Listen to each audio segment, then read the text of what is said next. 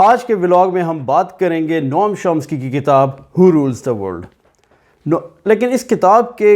کو سمری یا اس کے اوپر بات کرنے سے پہلے ہم تھوڑی سی بات کرتے ہیں اس کے آتھر نوام شومسکی کے بارے میں. نوام شومسکی کو کہا جاتا ہے کہ یہ دور حاضر کے سب سے بڑے انٹلیکچوئل ہیں. آپ نے تقریباً 100 سے زیادہ کتابیں لکھ چکے ہیں. اس کے علاوہ پالیٹکس، وار، ہسٹری کے اوپر اور بڑی ایک آپ کی گہری نظر بھی ہے، اور آپ کو ایک سوشل کرٹک کے طور پہ جانا بھی جاتا ہے. ایز این امریکن سٹیزن ہونے کے ناطے آپ کی ایک بڑی گہری نظر ہے امریکن کی ایک جو فارن پالیسی ہے اور آل اوور دا ورلڈ، اور ایک جو ڈیموکریٹک پروسیس کے اندر جو خامیاں ہیں ان کے اوپر بڑا یہ ایک اپنا کرٹیکل ریویو اور یا کرٹیکل انالیسس بھی رکھتے ہیں. ان کی کتاب اس کے علاوہ ہو رولز دا ورلڈ کے علاوہ مینوفیکچرنگ کانسنٹ کو بھی ایک بڑی شہرت ملی ہے. اینیویز مینوفیکچرنگ کانسنٹ کے اوپر تو ہم پھر کسی اور ولاگ میں بات کریں گے. آج ہم ان کی کتاب ہو رولز دا ورلڈ کے اوپر بات کرتے ہیں. کیونکہ ویورز کا ٹائم سپین جو ہے جو سننے کی یا کنسنٹریشن دینے وہ چند منٹ سے اوپر کی نہیں ہے، تو میں یہ کوشش کروں گا کہ اس کو لمبا کھینچنے کے بجائے یا اس کو پورا سمرائز کرنے کے بجائے آنیسٹلی سپیکنگ 4-5 منٹ کے اندر جتنا میں کور کر سکوں اسی کو میں کور کرنے کی کوشش کروں گا.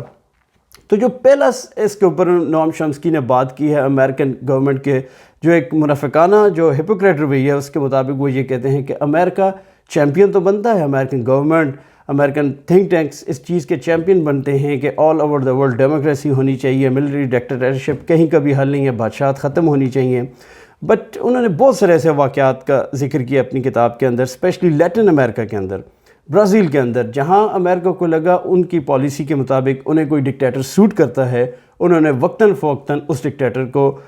جہاں بھی جس طرح کی بھی ہو سکی اس کو سپورٹ کیا. پھر انہوں نے کچھ مثالیں دی مڈل ایسٹ کے اندر، جہاں انہوں نے بادشاہ لگے کہ یہ ہمارے مفادات کی حفاظت کر سکتے ہیں ریجن کے اندر، ان کو سپورٹ کیا. اور ایشیا کی مثال لے لیں، فار ایگزامپل ہم زیادہ دور نہیں جاتے، اگر ہم پاکستان کی مثال لے لیں،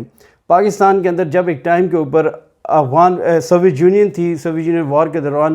پاکستان کی ضرورت تھی، امریکہ نے فلی سپورٹ کیا جنرل ضیاء الحق کو، اس جیسے عامر کو جتنا پیسہ پمپ ہو سکتا تھا، کیونکہ اس کے آئی تھنک اس کے پیچھے انہوں نے فنڈامنٹل ریزن یہ بتانے کی کوشش کی ہے کہ سم ٹائم جو تھرڈ ورلڈ یا ڈیولپنگ کنٹریز ہیں ان میں اگر ایک ڈکٹیٹر آتا ہے تو ان کو کنٹرول کرنا زیادہ آسان ہو جاتا ہے، رادر کہ وہاں ایک ڈیموکریسی ہو اور ایک پورے پروسیس کو سیٹسفائی کرنے کے بجائے ایک ڈکٹیٹر ون مین رول کے تحت کسی بھی چیز کو انڈر کنٹرول کیا جا سکتا ہے. شومسکی نے تھوڑا سا اس چیز کے اوپر بھی کرٹیکل انالیسس کرنے کا کوشش کی ہے کہ ویسے تو یہ کہا جاتا ہے کہ شاید کہ دنیا کو امریکہ یا گلوبل پاور ایلیٹس جو ہیں تو وہ کنٹرول کرتی ہیں، لیکن ان کے مطابق جو actually who rules the world is these corporate, یہ جو بڑے بڑے کارپوریٹس ہیں، یہ جو بڑی بڑی کمپنیز ہیں، کیونکہ ان کے مطابق یہ کچھ اگر آپ تھوڑا سا اس کے اوپر انالائز کریں تو وہ کچھ اس طرح سے ہے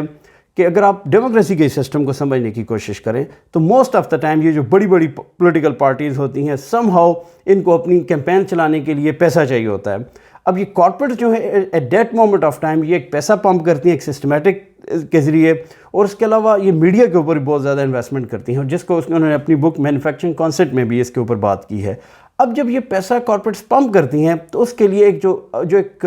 راہ ہموار کی جاتی ہے کہ بالکل پبلک اور ماسز کے درمیان کہ کس طرح کے آپ کو اس وقت آپ کو لیڈرز چاہیے. پھر اس کے بعد اس طرح کی ایک سرٹن جماعتوں کے اوپر بھی پیسہ لگایا جاتا ہے، چاہے وہ کانگریس ہو اور یا ڈیموکریٹک کوئی بھی پارٹیز ہوں امریکہ کے اندر. اب جب ہوتا یہ ہے جب یہ پارٹیز پاور میں آتی ہیں،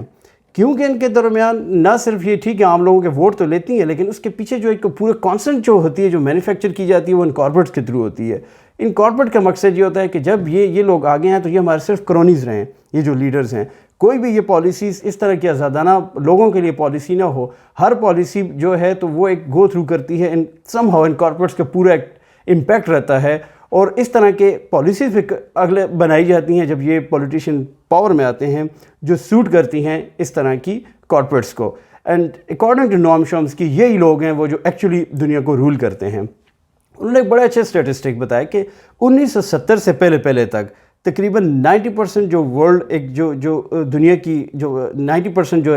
پیسہ تھا وہ کارپوریٹ کی طرف سے ان جگہوں پہ لگتا تھا کہ جو کہ لانگ ٹرم گول ہوں، سسٹینیبل گول ہوں، ان کی طرف ہو جہاں لوگوں کی بہتری ہو، اور 10% اسپیکولیشن کی طرف جاتا تھا. لیکن ان کے مطابق اب رول بالکل ریورس ہو گئے ہیں. 90% جو ہے پیسہ ہے وہ صرف اسپیکولیشن کے اوپر جاتا ہے، چاہے وہ میڈیا کے اوپر ہو، سوشل میڈیا کے اوپر ہو، پولیٹیشنز کے اوپر ہو، اور 10% جو ہے تو وہ لانگ ٹرم کے اوپر انویسٹ کرتی ہیں کمپنیز. اس کے علاوہ انہوں نے ایک بہت جس کے اوپر وہ کرٹیکل انالیسس کرتے ہیں وہ گلوبلائزیشن کے اوپر. وہ یہ تو مانتے ہیں گلوبلائزیشن کا ایک آئیڈیا بڑا اچھا آئیڈیا ہے، بٹ ہی تھنک کہ یہ گلوبلائزیشن کا آئیڈیا کارپوریٹس نے ہائی جیک کیا ہوا ہے.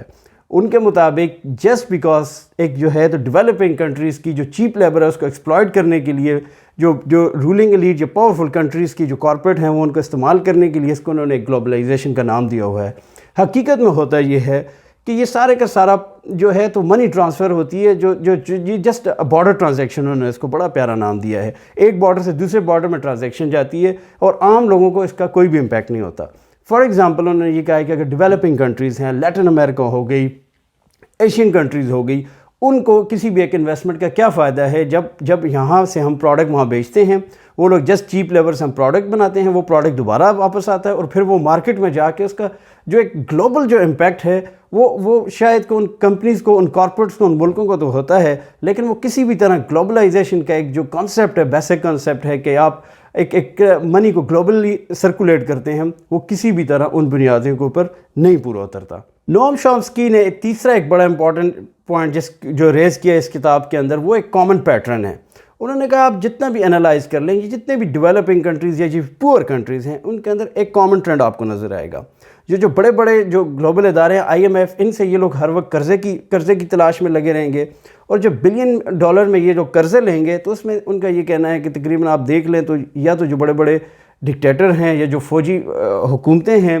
وہ ان میں سے آدھے سے زیادہ رقم کو واپس اپنے ہی نام پہ کر کے انہی ملکوں کے اندر اپنے بینکوں میں رکھ دیتے ہیں. اور اس کے علاوہ پھر یہ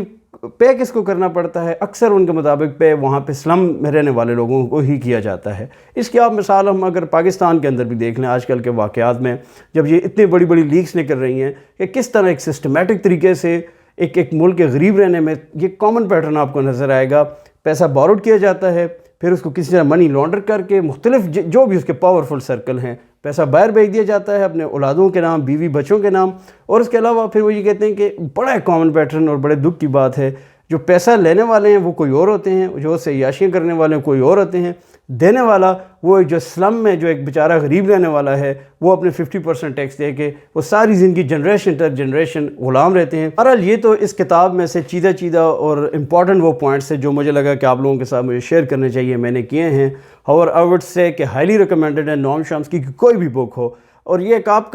کا ویژن براڈن کرتا ہے ایک دنیا کو دیکھنے کا، اور یہ ان کے ایک بڑی کرٹیکل نگاہ ہے تمام ان ٹاپکس کے اوپر.